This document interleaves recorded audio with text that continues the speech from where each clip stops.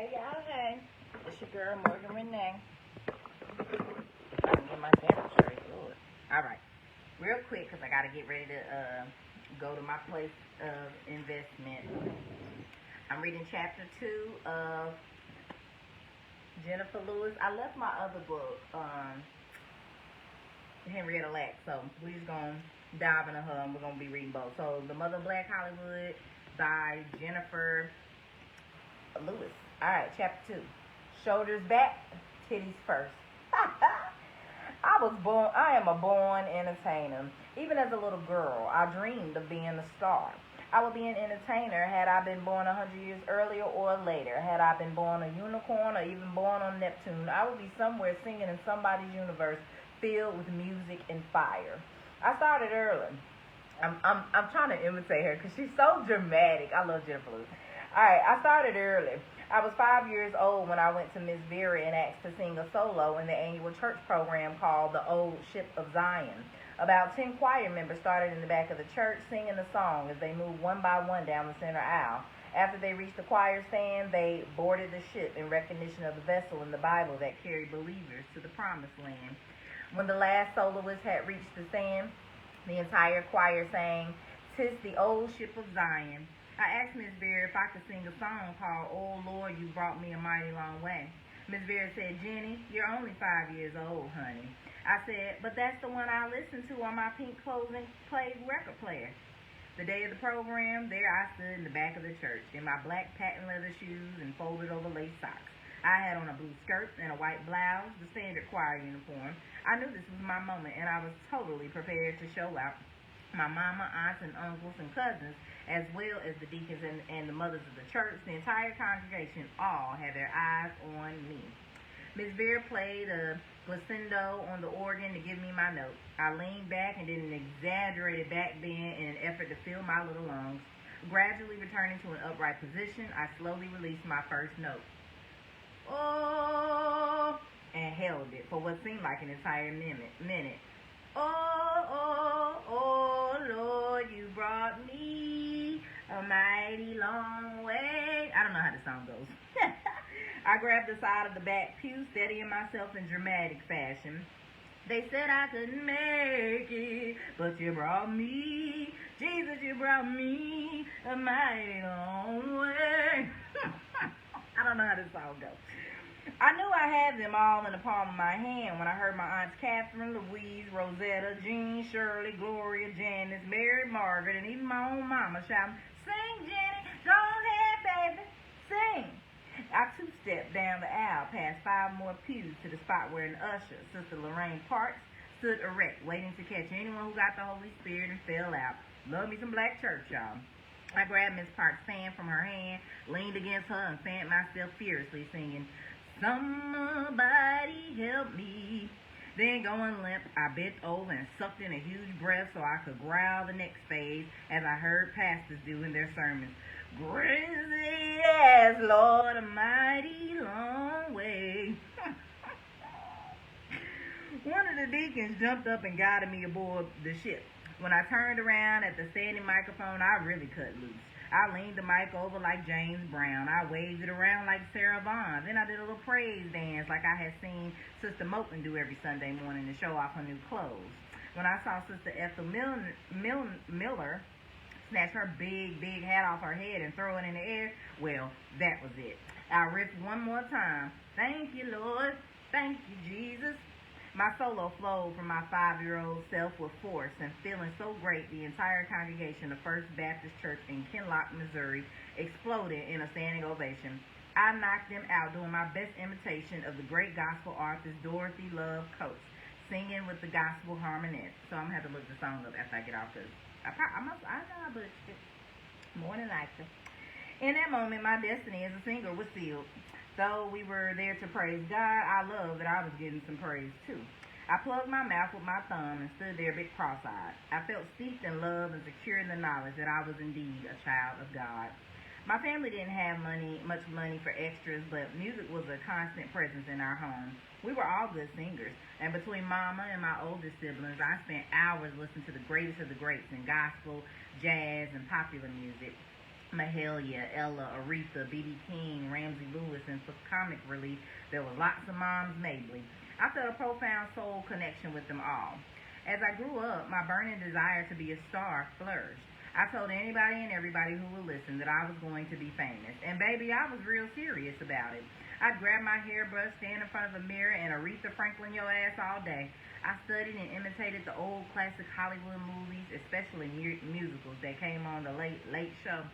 I watched with fierce intensity, reveling in the magic of multi-talented superstars such as Julie Garland, Ethel Merman, and Sammy Davis Jr. I identified with these 20th century greats with Bette Davis and Tallulah Bankhead, their flair, their power.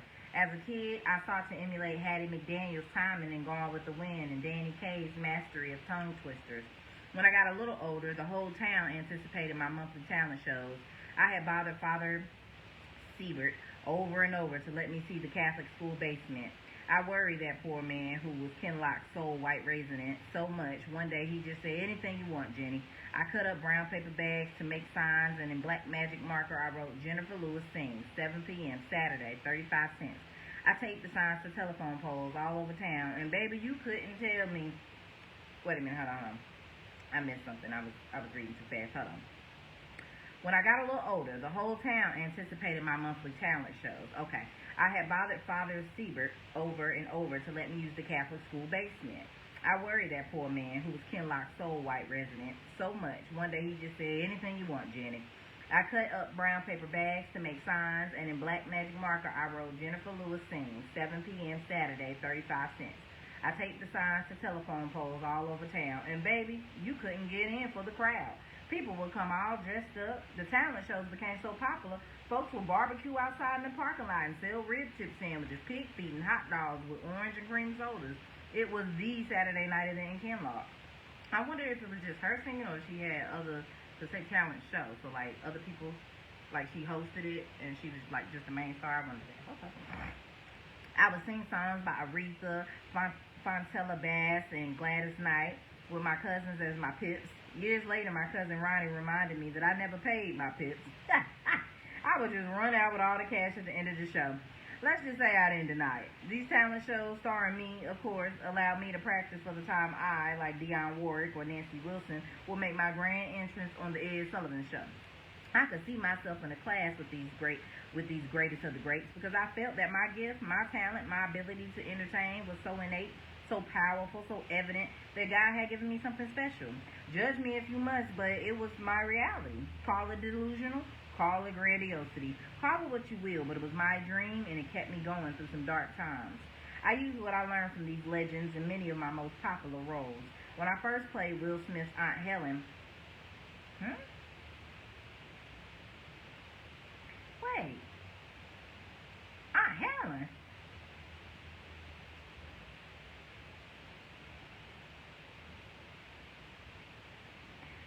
Okay, when I played Will Smith's Aunt Helen on The Fresh Prince of Bel-Air, I mixed in shades of Pearl Bailey. In the Cars animations, my character Flo is a mix of Edward G. Robertson's nasality, Mae West's sass, and Lauren Bacall's sultriness. In my scene with Denzel Washington in The Preacher's Wife, when we're talking outside in the cold, my character is pure Bette Davis. In the sitcom Girlfriends, Tony's drunk mother is Lucille Ball, and the sorceress Mama Odie and the Princess and the Frog is straight up Moms Mabley. The point is that I am aware that I stand on the shoulders of many great entertainers. I will study the greats. And that's one thing about actors and actresses. That is something that we do. We got to get in the character. We got to get to know the role. So it requires research, and then trying to put yourself in a role that you may or may not relate to. There was a time in the past I would get typecast in a lot of roles, and at that time period in my life, my lifestyle kind of fit in line with those type of roles. But as I was maturing and coming out of certain things, I didn't want to keep being typecast. I ain't know. Stop putting me in these devilish, lusty, harlot roles. I don't get down like that no more. But it takes a good actor or actress to like really delve into roles that they don't align with at all. Characters, that don't fit into that personality type. So I like that she pointed out who she feel like she aligns with during certain roles.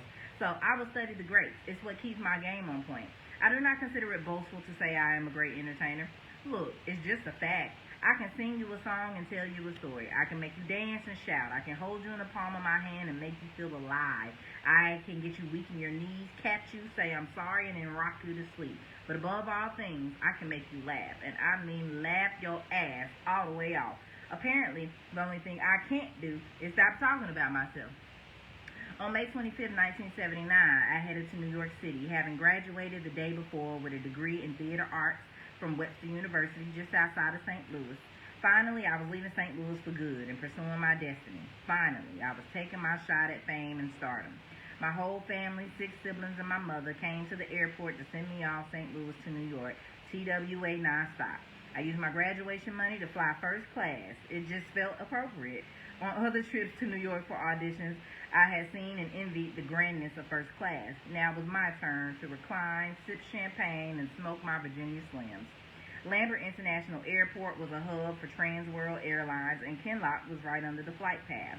Looking through my first class window, I felt a twinge of irony as the plane roared over Kinloch and I gazed down on the narrow streets and small houses of my childhood and then turned my attention toward the future and the fulfillment of my lifelong dreams. In my mind, I was unstoppable. My freshly minute degree certified me as a classically trained actress. I believed I could sing like nobody else and felt that although I wasn't the best dancer, my presence on stage was riveting. I roared into New York confident, thirsty. What's next, bitches? If it's got anything to do with performing or with being funny or fabulous, I'm your girl.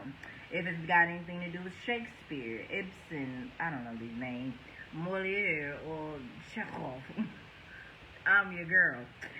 Oh, and by the way, watch me kick my foot above my head, then slam it to the floor in a full split. And if you're not feeling me, just tell me what note, what key, and how fast and slow you want it. How many hula hoops around my neck? I hit New York prepared to conquer, to win, to slay, and why not? All my life I have been hailed for my abilities, made to feel special, singled out. As a kid, I was a born leader, the alpha of the pack. In high school, I ruled the class as class president and captain of the cheerleading squad. At Webster, I had dominated the theater department. I was a standout even in my first professional job when I took a sabbatical during sophomore year to tour the country performing in vaudeville-style revue baggy pants. I got off that plane at LaGuardia with 10,000 songs in my heart, envisioning my life unfolding before me. I was hell-bent on first conquering Broadway, figuring Hollywood would come later. Black Broadway was at its height. The late 1970s had been a string of successful African-American themed shows such as The Wiz, Ain't Misbehavin', Don't Bother Me, I Can't Cope, and Bubbling Brown Sugar. I was a Midwestern girl who found New York City thrilling but absolutely overwhelming. I had been there a couple of times before, but only for a few days. I mean, I was street smart and I knew how to watch my back, but still it was a huge culture shock. Nobody spoke to each other. In my hometown, I was used to saying good morning to total strangers, but New Yorkers didn't even make eye contact. Wherever I went in the city, I felt surrounded by 20 million people. I remember standing in the shopping mall beneath the World Trade Center and feeling the sensation of an oncoming stampede, an herb trimmer. I said aloud, "What the fuck is that?" The guy at the newsstand nearby me heard me and calmly said, "Rush hour, lady." Mouth agape, I flattened myself against the wall as thousands of commuters surged past the board to board their trains on the levels below. From day one in the Big Apple, I was swept into the whirlwind life of an inspiring actress driven by my dreams, shoulders back, titties first. Every day, rushing to auditions all over Manhattan and 1 or 2 dance classes at Frank Hatchett's fabulous studio at Broadway and 55th Street. So every day, rushing to auditions all over Manhattan and 1 or 2 dance classes. Okay. I had won a voice scholarship funded by the actor Richard Kiley, the man of La Mancha himself. The scholarship provided vocal lessons with Ray Smoliver, whose genius as a voice teacher was well known in the theater community. Ray taught me how to keep my vocal apparatus healthy and flexible. His lessons have sustained me to this very day. In fact, I have lost my voice only twice. The first time was in 1984 when I got pissy drunk singing and carrying on to the wee hours at a bar in Cologne, Germany, and had to miss the next day's Mary time. The second time I lost my voice was during my first week performing on Broadway in Hairspray in 2008. I thought I would take a lovely walk through my old stomping ground, Central Park. The park was gorgeous. It was springtime and the trees and flowers were in high bloom. From Columbus Circle, I walked to the boathouse, stopping to admire every variety of tree, stone, child, street artist, and horse-drawn carriage. Just plain skippy happy. As I walked through Sheep Meadow, my thoughts went back to that horrible day years earlier when I didn't get cast in Saturday Night Live and collapsed in sorrow in the cool meadow grass. I smiled a bit, thinking how meaningless rejection becomes as the years roll by. By the time I reached the boathouse, I realized my throat had constricted. What the flying fuck was I thinking? Jenny, you have allergies this time of year. I hacked mucus out of my throat all the way back to Columbus Circle because taxis were no longer able to go through the park. My vocal cords were strained, but I went on to the theater anyway, knowing that my voice would come. Surely it would come. It did not. I made my entrance on the stage, opened my mouth to sing, and no sound came out. Silence. Everything went into slow motion. I pushed for the notes, praying. I lowered the register an octave. Nothing, nothing, nothing. There I stood, the great Jennifer Lewis, voiceless, in front of 1,400 people in the Neil Simon Theater. To add insult to injury, as I coughed and gasped through this train wreck of a performance, a woman, front row center, turned slightly to her excited son, who looked to be about 10 years old and who was clearly gay. Without taking her eyes off me, the woman said to her son in a voice that was quite audible over the music, "This is not how it's supposed to be." Thank God it was the end of Act 1. The curtain came down, I ran up the concrete staircase in that old theater, fell into my dressing room, and sobbed uncontrollably. To add more insult to injury, Mark Scheinman, Hairspray's co-lyricist and composer, had been in the back of the house and witnessed the entire catastrophe. He walked into my dressing room and said, "Your contract says 3 months, not 3 performances." It was a brilliant line, but I was in no mood to laugh with my best friend. Asshole. When I first hit town, fresh from college, I was sobered by the competition, especially in dance class. Y'all, they came from the 4 corners of the nation, and they were the best. The motherfuckers of the motherfuckers. They danced like Shaka fucking Zulu's children, like kings and queens. They were long and they were graceful. The Adonises and the Aphrodites of Juilliard, Alvin Ailey and Carnegie Mellon. They strolled across the dance floor like Thompson's gazelles on the Serengeti. They stared at themselves in the wall mirrors like they owned the world. They walked in first position. They wore tights to show their perfectly formed muscles. They were beautiful, gods almost. I felt doubt, concern. Okay, I was fucking losing it and called my mother, sobbing, from a payphone behind the Lunt Fontaine Theater on 46th Street. Mama, everybody wants to be a star up here in New York. Who knew all these other people were going to be here, chasing the same dream as me? Oh my God, it's all too big, Mama, I wailed. There are so many of them, and they're all so good. Part of me wanted to give up and run home. But quit? Me? Fortunately, the bigger part of me knew I was on the right track. One of my first auditions was for an out-of-town production of Daddy Goodness starring Clifton Davis. It was a musical based on a play by Richard Wright, the brilliant author of Native Son. At the audition, I met Cheryl Lee Ralph, the wonderful actress and activist who remains a good friend. At age 20, Cheryl was strikingly beautiful, and she still is today at age 93. Cheryl Lee Ralph is not 90 damn 3. Just stupid.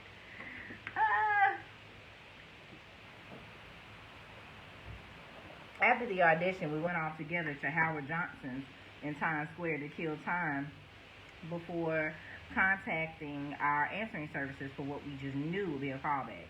I ate apple pie a la mode. Cheryl ate a banana split. Neither of us got the gig, but we bonded that day, vowing that we'd become stars on Broadway and in the movies. Years later, I was one of Cheryl's bridesmaids when she married her 8th husband. Okay, it was her 2nd. I was living temporarily with my college boyfriend, Miguel, and his mother in Brooklyn, in their 4th floor walk-up above a karate dojo on the corner of Flatbush Avenue and St. Mark's. Miguel was, perhaps to this day, the one true love of my life. We'd been together during my first 2 years at Webster, but it was off and on based on my love life in college. But it was off and on because my love life in college had a lot of moving parts. But I always found my way back to Miguel. He was born and raised in the Dominican Republic. He was a brilliant man who held 2 master's degrees, and when we met, Miguel was at Webster working on his PhD, in math, no less. I loved Miguel for his intelligence and his delicious accent, especially the way he said my name, Jenifer. He was about 10 years older than me, but was a very healthy man. And ladies, I do mean very healthy. I recall how his skin tone blended with mine. Together, we were a beautiful caramel macchiato. Miguel was the first vegetarian I'd ever met. I found him fascinating. Once he got his PhD, Miguel went back to live with his family in New York City while I finished my last 2 years of college. We maintained a long-distance relationship, and I stayed with him a few times during my junior and senior years when I went to New York for auditions. After we being a couple for some time, Miguel said something that stayed with me. Jenifer, he said, you have this great ability to get the attention of the people, but then you say nothing. Why am I sounding French? That ain't Hispanic at all. I thought, so what? I'm an entertainer, not a teacher. Miguel's mother, Andrea, did not speak much English, but she treated me like a daughter and sure could cook her ass off. She made plantains and con, a traditional Dominican dish of the delicious crust of rice scraped off the bottom of the rice pot. If you've ever had con, you understand why thinking about it still makes my mouth water after all these years. Miguel and I went into Manhattan a lot. He played chess in Washington Square Park.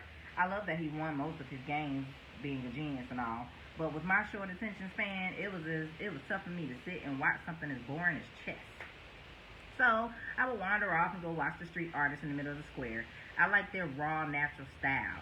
It was there that I first met Phyllis Yvonne Stickney, who later played my daughter, Aileen, in What's Love Got to Do With It. She was so captivating, talking politics in her red, black, and green turban.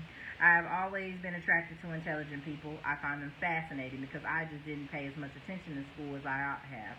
If it wasn't about music or movies, I really didn't see what it had to do with me. Many of my outings with Miguel were punctuated with a visit to Mamoun's, the falafel joint on McDougal Street that had become a Greenwich Village institution. We stand in line, arm in arm, pressing against each other, laughing and talking as we waited our turn to squeeze into the hole in the wall for our delicious falafels drenched in tahini sauce. The few sticky tables were usually taken, so once we ordered and paid, we would sit on the bench out front, stuffing our faces and wiping tahini from the corners of each other's mouths. Once, Miguel noticed the cook who had served us leaning against the building smoking a cigarette. Disgusted that a smoker had touched his food, Miguel threw what remained of his falafel in the trash. I love that Miguel kept his body pure, and I made a note to continue hiding my nicotine habit from him.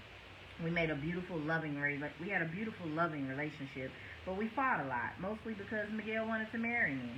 I couldn't marry him or anyone else. I had already taken a husband, New York City itself. We were the perfect couple. I've always been dramatic, and New York matched my extraness. The city was extreme, and so was I. Everything about New York seemed over the top, like me. Y'all know I'm loud. The entire city seemed to vibrate at my frequency, propelling me to reach for more. This was my relationship. I wanted. Though I love Miguel deeply, his proposal didn't stand a chance. Through the decades, New York City had remained a magical, fascinating adventure for me. The people, the conversations. For instance, nearly 30 years after I arrived in New York, I was sitting in the lobby of the Public Theater, studying my ass off for a role playing opposite Meryl Streep in Mother Courage and Her Children. A young black man, who I think was a summer intern, approached me in the lobby without saying so much as excuse me. He sat down next to me in a huff and growled, "Why do black women get so mad when they see us walking down the street with a white girl?" I slowly turned toward this handsome ebony boy and said, "Do you really want to know the answer to that question?" He said, "Yeah, I really want to know. I get sick of that shit." I said, "Well, it might have something to do with this. For decades, black men were lynched, often for allegedly looking at a white woman. Our mothers cut the black bodies of their sons and husbands down from the trees. But we black women did something we didn't have to do before we buried them. First, we washed their bodies." I let my words sink in and continued. "So, little boy, when you see a black woman walking down the street, you tilt your hat and acknowledge her existence. If only for the fact that first we washed you. And next time you sit down next to me, you say, 'Excuse me, Miss Lewis. Now get the fuck on where you're going. I'm studying Brecht, little boy.'" About 2 years later, I was again living in the city temporarily, this time during my run as Motormouth Maybelle, the black mother character in Hairspray.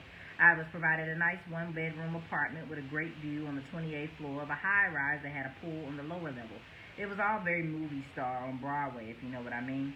Every day of that sweltering hot summer seemed to serve up at least one quintessential New York experience. I'll never forget the day I rode the Circle Line tour boat past an astounding public art exhibit where they had effected a waterfall underneath the Brooklyn Bridge.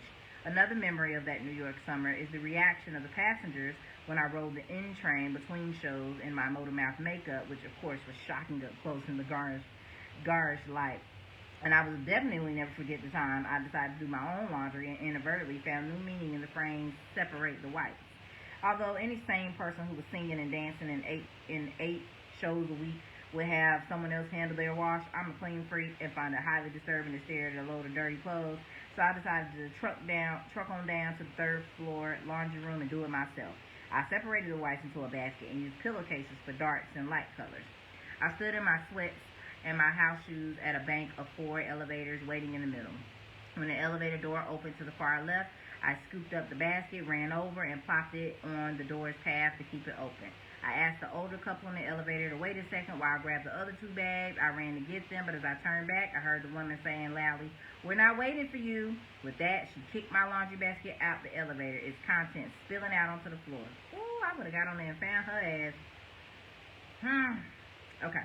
I began to rumble like the North Bridge earthquake of 1994. Truth be told, I was overdue for a phone session with my therapist, Rachel, and was carrying a lot of pent-up anxiety. When I saw the basket fly out the elevators, I launched my body between the elevator doors in one rage-fueled leap to stop them from closing. Then, while keeping my eyes on the couple's eyes, I knelt down and ever so slowly placed my whites one by one back into the basket. White sock by white sock, white towel by white towel, white crotchless panty by white crotchless panty. When I finished, I straightened up, stepped into the elevator, and let the door close. I pushed 3, turned to face the white couple, and in a normal, even tone of voice said, "Well, that was rude." The woman snapped back, "Look, we're in a hurry." Before she got the entire statement out of her mouth, I was about a half inch from her nose, drawing on vocal cords that had been reaching the back row of the theater. I swore, "Shut the fuck up. You lost the right to speak when you kicked my shit."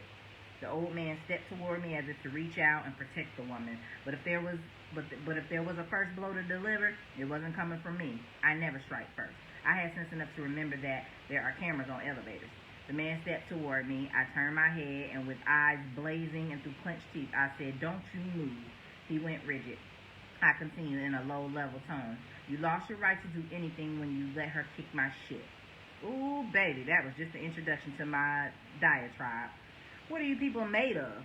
I shouted, my voice amplified in the small cabin. After the Holocaust, after 9/11, after the Middle Passage, I realized they didn't know what the Middle Passage even was. That made me madder, so I really went in. "Have you no souls? Have you not heard of the brotherhood of mankind?" I berated them for the duration of the 25-floor descent, probably for close to a minute. I'm sure it felt like hours for the couple who stood stiffly, their eyes wide. At one point, the elevator stopped and the doors opened. A young, executive-type Asian woman stepped forward, but sensing the tension, quickly retreated, whispering, "I'll wait for the next one." As we reached the third floor, I yelled, "And another thing!" The doors opened right on time as I gathered my laundry and cheerfully exited the elevator. "Now, y'all have a nice day." Later, I learned that the couple reported me to the concierge, describing me as a crazy maid, but the joke was on them. The staff knew and loved me and figured out for themselves what had taken place. They told me that particular couple treated everyone disrespectfully as a matter of course. Before leaving for the evening's performance, I found an anonymous note taped to my door that read, "The couple who were racist towards you this morning are in suite number 2908. Handle your business, Miss Lewis." It felt good to have the support of the building staff, but I decided to let it go. You got to choose your battles, and I had a show to do. That night on stage in Hairspray, I sang my ass off performing "I Know Where I've Been," the showstopper about the civil rights movement, singing about racism, segregation, and my own experience that day, having to separate the whites. All right, that's the end of Chapter 2 from The Mother Black Hollywood by Jenifer Lewis. Make sure you subscribe to my YouTube channel, Morgan Myers, or you can type in Storytime with Moremy, spelled Moremy, and all these playlists will come up of this book, previous books, and books to come. Thank y'all for tuning in. Y'all have a good rest of y'all day. Peace.